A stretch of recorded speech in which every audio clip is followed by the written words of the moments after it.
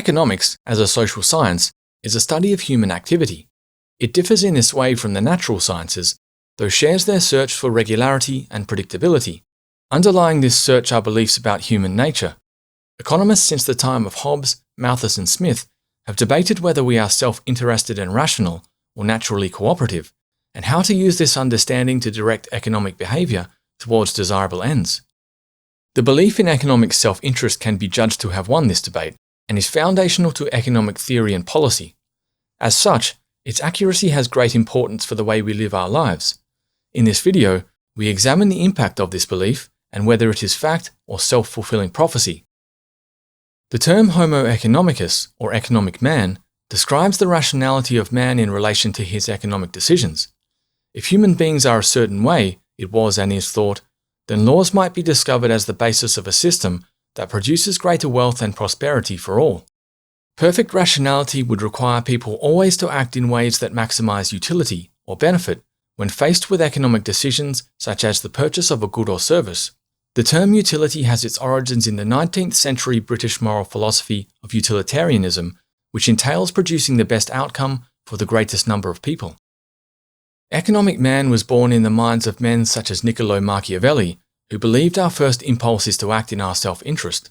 His view was shared by Enlightenment philosopher Thomas Hobbes, who wrote that our primary good is self-preservation. In his Leviathan, he outlined the need for a powerful ruler to constrain our tendency towards division. Adam Smith argued that the profit motive is central to economic activity in his Wealth of Nations. Every individual necessarily labours to render the annual revenue of the society as great as he can. He generally, indeed, neither intends to promote the public interest, nor knows how much he is promoting it. He intends only his own gain. By pursuing his own interest, he frequently promotes that of the society more effectually than when he really intends to promote it. These were highly influential arguments. John Stuart Mill explicitly narrowed the scope of man in his work on political economy to one who desires wealth and acts in ways he believes most efficient to acquire it. Other philosophers believed that commerce and trade brought people together despite their natures. The view that people are inherently self-interested and primarily seek their own advantage did, however, represent the break from those of Aristotle and Thomas Aquinas, who tied our individual interest, or good, to a common good, which we seek together in communities. For them, people are essentially social, both by nature and necessity. Some contemporary writers were also critical of the individualistic characterization of man. One of these was John Ruskin, a man of many talents, once described as an artist, critic, and social reformer. In his essay, Unto This Last, he wrote, "The social affections, says the economist, are accidental and disturbing elements in human nature, but avarice and the desire of progress are constant elements. Let us eliminate the inconstants and, considering the human being merely as a covetous machine, examine by what laws of labour, purchase and sale, the greatest accumulative result in wealth is obtainable. Those laws once determined, it will be for each individual afterwards to introduce as much of the disturbing affectionate element as he chooses." After this time, views on Homo economicus evolved, though his nature remained somewhat primitive. That is, he still thinks primarily of himself. Modern ideas about decision-making tend to incorporate more sophisticated and nuanced psychological analyses, producing ideas such as bounded rationality and satisficing. Ideas of utility, and particularly the introduction of marginal utility in the 1870s, is thought by some to mark the end of the classical economic era.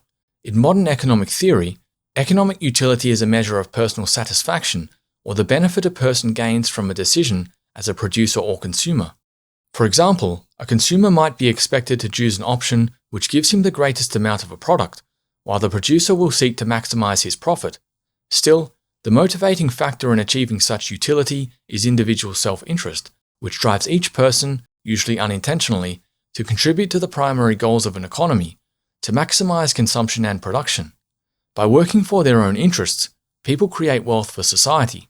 But people have access to limited information and are not always able to make optimal economic decisions. Governments recognize this and operate public policy levers such as fiscal and monetary policy, the invisible hands of authorities. As economies become more complex, choices become simpler.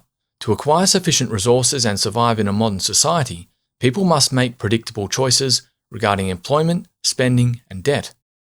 The need for people to make rational decisions helps economists transform us into a shape the economy, or greater good, finds useful. In a world of round holes, there are fewer places for square pegs. We must embrace and become homo economicus. Under pressure from the economic elements, man becomes a sharpened tool.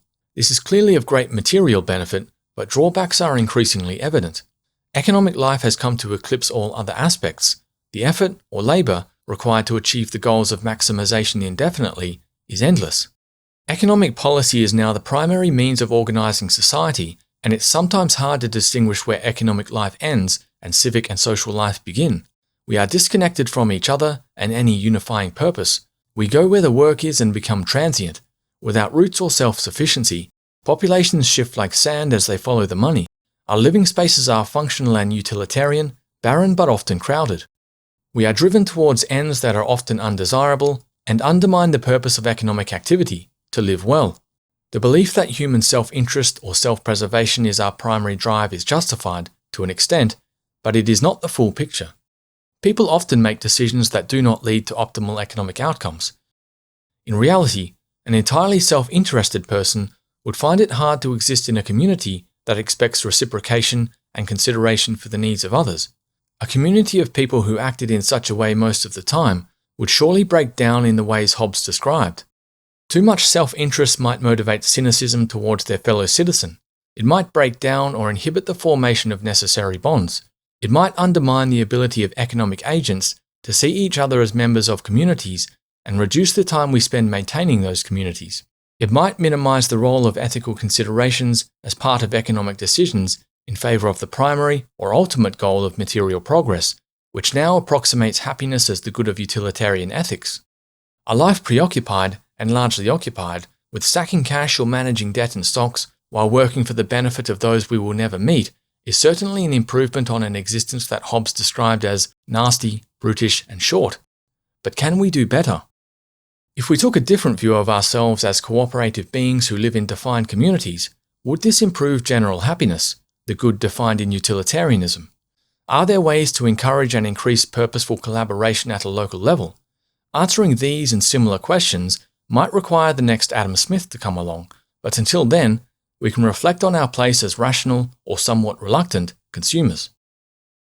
The goal of maximising economic utility as homo economicus is built into the modern Western economic model.